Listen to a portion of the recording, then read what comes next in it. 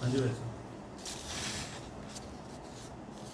हमने जैसे फैसला किया था कि इंडियन नेशनल लोकदल पार्टी जो है जिला परिषद के चुनाव में अपने कैंडिडेट्स को सिंबल पे चुनाव लड़ाएगी। सरसा जिला में 24 वार्ड है और हमने 24 के 24 अपने प्रत्याशी जो है खड़े कर दिए और 24 के 24 जो सिंबल पे चुनाव लड़ेंगे। वार्ड नंबर 1 से जो है डॉक्टर जसवीर सिंह है, जो मजहबी सिख है, देसुजोदा गांव के, उनको हमने खड़ा किया। 2 से अनुसूचित जाति महिला है, ये भी मजहबी सिख है, मसीता गांव की रहने वाली है, सोनिया नाम है। नंबर 3 भी अनुसूचित जाति है, इसमें हमने मेघवाड़ जाति का जो SC कोटे से चौटाला गांव से खड़ा किया नरेश कुमार। पिछड़ी जाति कह के आज़ाद महार कुमार जाति से रिसालिया गांव का लड़का सरपंच है मौके पे, उसको अपना कैंडिडेट बनाया। नंबर 5 जो है, जो नंबर उसमें सामान्य है, वो सुनीता झोड़ है। RC झोड़ एक पहले मेंबर होते थे मेरे साथ, उनके वाइफ को हमने कैंडिडेट बनाया है। और इसी तरह नंबर 6 से सामान्य जो है, जिसमें कर्ण को हमने इसमें अपना उम्मीदवार खड़ा किया। नंबर 7 में सामान्य महिला है, कुलविंदर कौर जरनैल सिंह, ये जो चांदी हमारा पहले मेंबर था उसकी वाइफ है, उसको हमने इसमें कैंडिडेट बनाया है।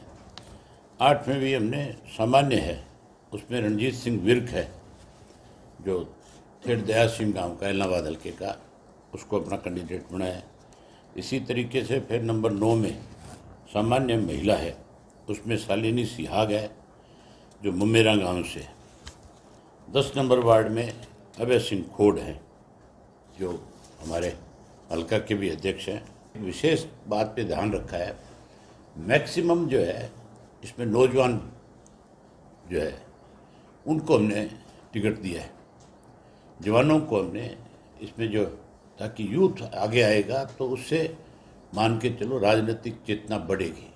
यूथ में एक एनर्जी होती है, काम कराने का एक जज्बा होता है, भागदौड़ करने का जज्बा होता है, इसलिए हमने विशेष रूप से इस बार उम्मीद करूंगा कि सरसा की जो जिला परिषद है उसमें मैक्सिमम हमारे प्रत्याशी जीत करके आएंगे।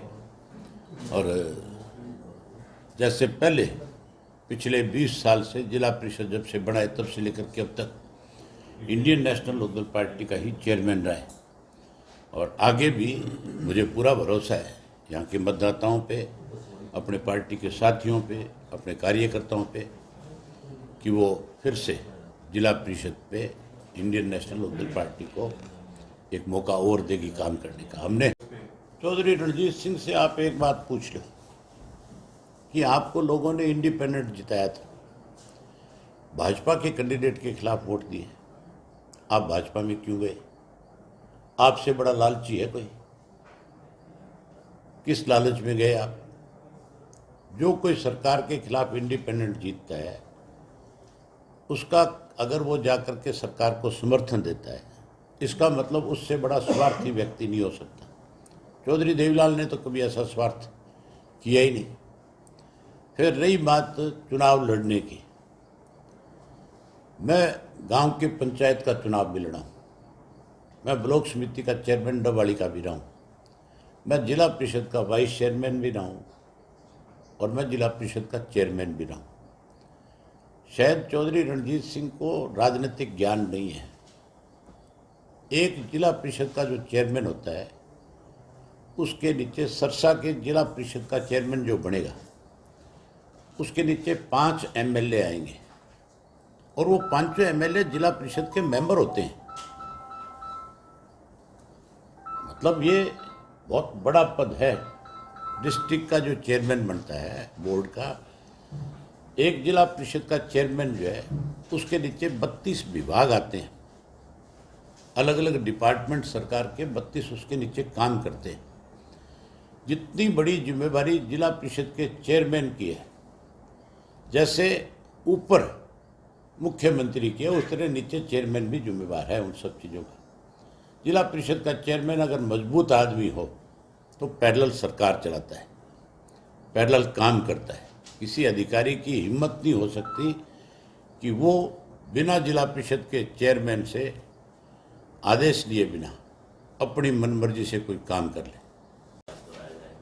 मैं अखबार पढ़ रहा था आज का, बड़ी हैरानी की बात है, उस अखबार में सबसे पहले मुख्यमंत्री की तरफ से कहा गया है कि हमने भ्रष्टाचार के ऊपर अंकुश लगाया है, जबकि इस 8 वर्ष में सबसे ज़्यादा भ्रष्टाचार इस प्रदेश में हुआ है। भ्रष्टाचार पहले की सरकारों में भी होता रहा है, बहुत सारे लोगों पे एलिगेशन लगे हैं, लेकिन जो नंगा नाच भ्रष्टाचार का अब की बार हुआ है, ऐसा कभी नहीं हुआ। आज की तारीख में भी प्रदेश को दोनों हाथों से सरकार में बैठे लोग लूट रहे हैं। हर रोज अखबारों में, सोशल मीडिया पे, इलेक्ट्रॉनिक मीडिया पे रोजाना खबरें आती है कि किस तरह से लोग जो है ज़बरदस्ती लोगों की जेब से पैसा निकाल करके अपने आकाओं के पास भेजते हैं। ये तो लुटेरों का गिरोह है, सरकार थोड़ी है। मुख्यमंत्री ये सब बता रहा है, मुख्यमंत्री कह रहा है कि मैंने पीडब्ल्यूडी में विशेष रूप से विजिलेंस को जिम्मेवारी सौंपी है, तो विजिलेंस ने अब तक क्या किया उसके बारे में भी बताएं। जो घोटाले हुए हैं उनके बारे में बताने, जो चोरी हुई है, जो लूट हुई है, उसके बारे में बताने की बजाय मुख्यमंत्री को झूठ बोल करके कहीं अपनी सराहना नहीं करनी चाहिए। अगर इतना ही मुख्यमंत्री ने किया है तो फिर मैं तो ये चाहूँगा कि मुख्यमंत्री जी को एक सार्वजनिक डिबेट में आना चाहिए, जिसमें हर पार्टी के लोगों को बुलाना चाहिए, जिसमें हर पार्टी के लीडर को बुलाना चाहिए और मुख्यमंत्री को स्वयं भी आना चाहिए। मुख्यमंत्री के पास तो सारे आंकड़े होते हैं, वो आंकड़ों के साथ आए और बताए। हम जैसे लोगों को मौका दे मुख्यमंत्री पूछने का कि भी आप बताओ कि ये सब हुआ कि नहीं हुआ।